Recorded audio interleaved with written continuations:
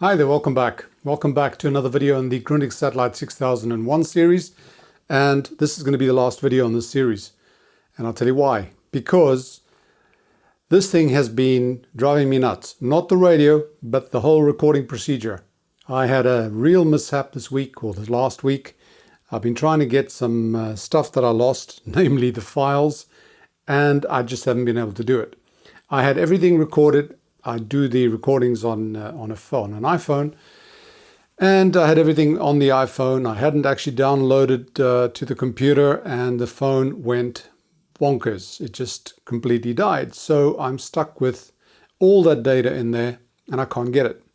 And I went to the agent, and they said they have to send it away, and I might be able to recover it.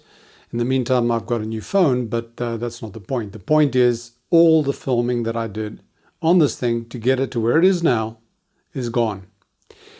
So the best I can do is to show you what it is that I did, explain what I did. I won't belabor it too much because it can be very boring. And there's no way I was going to undo it and do it again. That's just phony. But I just want to let you know what's happened and show you the end result, or almost the end result. Because Murphy's Law stepped in again. Not only was that phone dead, my wife's got COVID, not a serious case, but means we're both stuck at home. And I found a few more problems on this thing, which I thought I'd solved, and I'll show you that in a minute. Also, some good things happened, and that is I've received some fantastic new radios. I went on a buying spree 2 weeks ago. They've all arrived about the same time. I'm really excited about some of the ones I've got. One of them is a tube radio, and two of them are transistor radios, but they're very, very special. I think I'll probably do the tube radio next because I miss tubes. Once you stay around with this thing for a while, you start missing the old stuff, you know, the smell of tubes and the danger of working with 300 volts. You know, you just get spoiled with these things. But let me show you what I've done and where we are and what the problem is. And yeah, this is the strangest video I've probably ever done. Okay, so where were we? Well, when I finished off, I said I was going to do the alignment of the shortwave bands. I did that. I didn't actually record some of that because, as I said, I've done this before ad nauseum on 2 sets. I thought that was not going to be necessary. And anyway, I believed I had a lot of other stuff to show you and I wanted to get it all across, namely the FM and everything else. So I bypassed that, but I did the alignment. It's fine. Everything's working. Every band is working. Every broadband, or rather every band spread section is working. So that's all fine and good. Then I started having a problem. As I started using this, and after a couple of days of not using this, look what happens. That dial cord that I put in here is not working. It gets to a certain point and then it gets stuck. Sometimes it goes through, sometimes it doesn't. And I figured out what it is. The type of string that I used is incorrect. Where you've got it here on the tuning dial, it gets caught up in itself because it's just a little too thick. So I've got to get the proper dial cord. A lot of you have actually given me some tips on where to get some stuff. I'm going to order it. In fact, I've ordered one. I'm ordering another one from another place because these shipping delays are driving me nuts. So when I get that, I have to remove this again and restring that. It won't be as difficult as before because now I know exactly how to restring it. So that's something I have to do. So I can't even really test this. I mean, I've tested it. Everything was working fine. And then with some use, it got wrapped around there and the string is sort of getting stuck on each other. At first, I thought I had too many turns around it, but I checked again. It's exactly the right number of turns. It's just that string is wrong. Okay? Next. I then moved on to the FM, and I did very little on the FM. I did take out the FM block, which is over here, and this was actually a suggestion from a friend of mine who's done one of these recently. Took that out, changed the capacitor in there, and listen to this.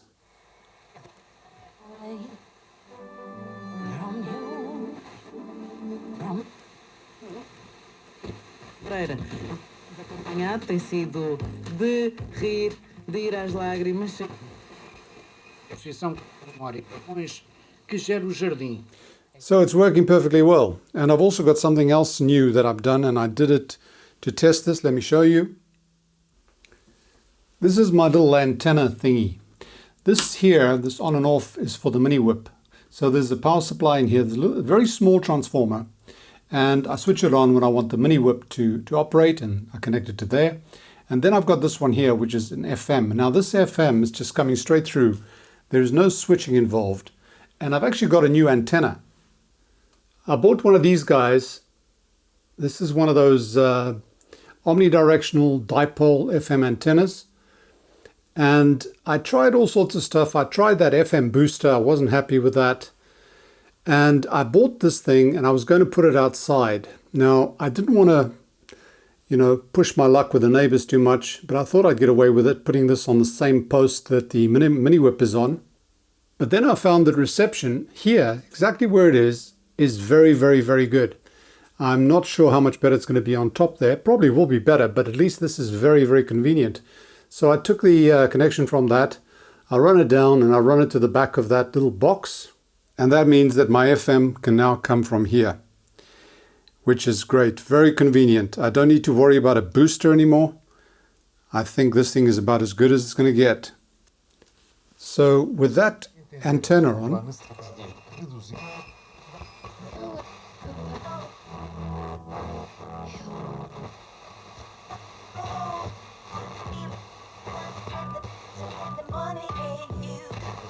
grande ponto de viragem que governo minoritário ganha.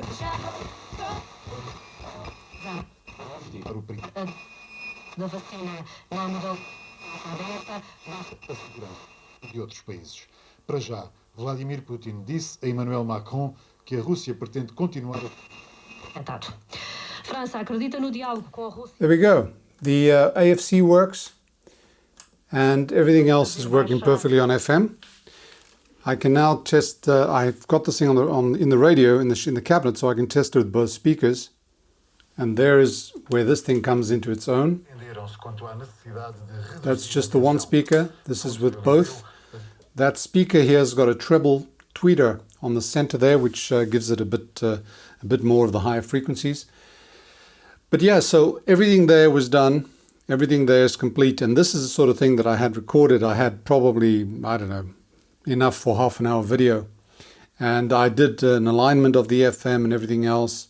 Again, pretty similar to the previous two that I've done, but it really is frustrating, really is. Anyway, what I've done next is I started on the cabinet. The cabinet didn't come out perfectly, mainly because of some paint spots and dents on the chrome. That antenna, somebody's sending me one, but you can see that. You can still see the paint spots. You can see that the chrome has had better days. But other than that, yeah, it's all right. It's all right, considering what this thing was like. Everything there is okay. The grill has got a few dents in it. I tried to remove them. Wasn't too successful. The top and sides and the back are in leather, so leatherette. So what I've done here is I've used some shoe polish, but again, some of those paint spots are being stubborn. So this is not going to win any beauty competitions, but it does receive very well, just like all the others do. So I'm not sorry that I did it. I'm just sorry that that had to happen, and I'm going to have to take this thing apart again, as I said, because of that dial cord. That it really is frustrating. Fortunately, it's quite easy to take apart. I mean, this thing literally takes two screws, one there and one in there. This is after you remove the antenna. You loosen those two at the top and this whole thing comes out. So it'll be easy to take this apart to change the dial cord. I've also got, I'm still using this as the power source. I'm actually thinking of adding a DC jack. This thing's got a DC jack on here, but it needs a very specific plug to plug in there. It uses 9 volts external, but I'll probably put one in here because then I'll have access from the back. This lid covers that up, so you can just pull it across and use a Woolwart 9 volts supply and use it like that. I'm certainly not going to use batteries on this thing. This thing will chew through batteries like crazy. But anyway, everything is nice, everything's cleaned up, and it just needs those few little touch-up jobs that I'll be doing soon. So, okay, that's this guy. The Grundig Satellite 6001. This one is one of the three that's going to stay there in a row. The 6001, the 2100 and the 3400. 3400 is still my go-to. It's got the BFO. I can do decoding of SSB signals. It's definitely a much better radio. And it makes sense. It's quite a few years younger than this one. But I'm still happy that I got to do this. This is a good experience. It showed me the iteration between this model and the 34. You can see the similarities as this thing progresses. So that is all I'm going to say about this guy for now. I've probably forgotten something, but when you lose an hour of video or whatever, you can forget something else. It's gone anyway. So yeah, okay, let me show you something else very quickly. I saw this guy in the auction and I fell in love. This is a concert boy from Grundig. And the reason I got it is that, I mean, there are a lot of concert boys. The series goes on and on. But this one is old enough that it's in that leather. And it's in perfect, with beautiful condition. There are a couple of broken stuff here. The antenna probably needs looking at. I haven't opened this yet, but I really, really like this radio. I think it's from an era that where they'd gone into transistors, but I think they were still worried or concerned about getting quality to come across. And this thing really looks like a good quality radio. I'm not even sure that the dial is working. Oh, it is. Okay. And this one's got, it's got FM. This is probably tone. There aren't even any dial indicators here. But that will be off. FM, shortwave 2, shortwave 1, medium wave and long wave. Not too concerned about that. I just want to get this thing looking pristine. I think it deserves it. And while I was looking at this one, eBay sort of knows what you're looking for. I was looking for some quality stuff. And while I was looking at this thing, somebody else came up and said hello. This one. Now look at this baby. This is a Nordmende Transitor TS Deluxe. And it is beautiful. I mean, this thing is solid wood or veneered wood, but it's wood. It's in very, very good condition. It's got the usual, nothing too dramatic here. It's got FM, medium wave, short wave. Short wave, I think it's only got, what is that? What is that? I think it's got two bands, the 49 meter band and something else. AFC for FM. I haven't even looked at this, but this thing is in very, very good condition. The antenna's here, the knobs are all here. I got to tell you, my wife saw this and said, we're keeping it. She doesn't often bother with what I do with the radios after they're done. She fell in love with this one. So the restoration of this baby will be coming up soon as well. And here I'm going to have to be particularly careful with the cabinet. I wish Dave Tipson was over here. But anyway, I'll have to do my best. I want to get this thing pristine. I want to get this thing as good as new. This one and that Grundig, I love them. I just love this era. Some of the ones after this have got, you know, plastic grills and they're veneer painted. Absolute rubbish. I don't know what the quality of the sound on this thing is, but they're pretty rare compared to the others. And I'm told that they sound pretty good, but as I said, I haven't heard it yet. However, I probably won't be doing either of these next. Not sure, but I don't think so, because I've got a Philips, one of those flat ones with the speakers on the side, the very big ones, stereo. I've got one of those, which I've been also trying to get for a long time, and I finally got one. And so I think that's going to be the next project. I've had a couple of little deviations from my norm while I was waiting for stuff. Let me show you something. If you're used to seeing my bench or the modules above my bench, you might notice the new one there.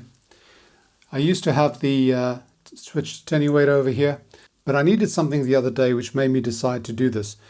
I needed an audio source and it had to be floating. In other words, it couldn't be, you know, a CD player that's referenced to ground or something like that, because I was testing an amplifier and I wanted to make sure that I could just plug in an audio source and have it working.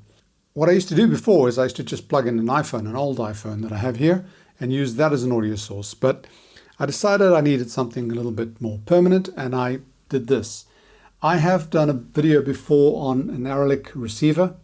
This receives, you can stream music to here from either via Wi-Fi, via Bluetooth, or even line in. I did a review on one of those modules, and I decided to build it into this, and here it is. So I switch it on, and it's either going to look for Bluetooth or Wi-Fi. And actually, I just realized I've got the colors wrong way around. Bluetooth is supposed to be blue. This is a blue and a white LED, but I believe I've got the LEDs the wrong way around. I've got to sort that out. But I put that module in here. I've got the outputs here. I've got the two indicators, a power on, and then I can just send music to here either through Wi-Fi or Bluetooth, and I can take this the audio out of here and into the amplifier that's under test or whatever. This thing here is actually a power amp. So if I want to hear music, I can take it from here to there to the speakers, but I don't normally do that. This is the power amp, which I did a video on as well.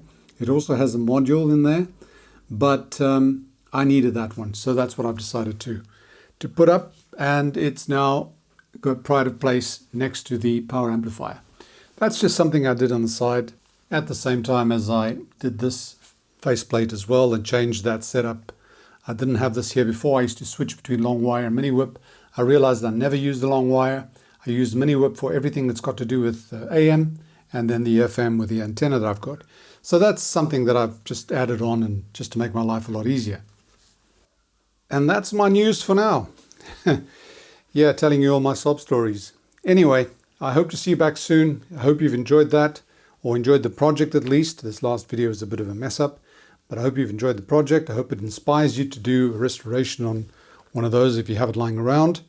They are not easy. I'm talking about obviously the 6001, Satellite 6001. They're not easy, but they're perfectly doable and certainly worthwhile. And I just couldn't end the series without thanking Rob for sending me this radio. He doubted his abilities to get it sorted. He trusted mine, so I thank you for that. I enjoyed it. I hope you have too. And I hope that it inspired you to do the next one yourself. Don't give it away. Anyway, once again, I want to thank you all for your company. Thanks for your support. Thanks for the comments. And just by the way, if you want to comment about those radios that I've shown you, those two that I'm going to do sometime in the future, please do. Go ahead.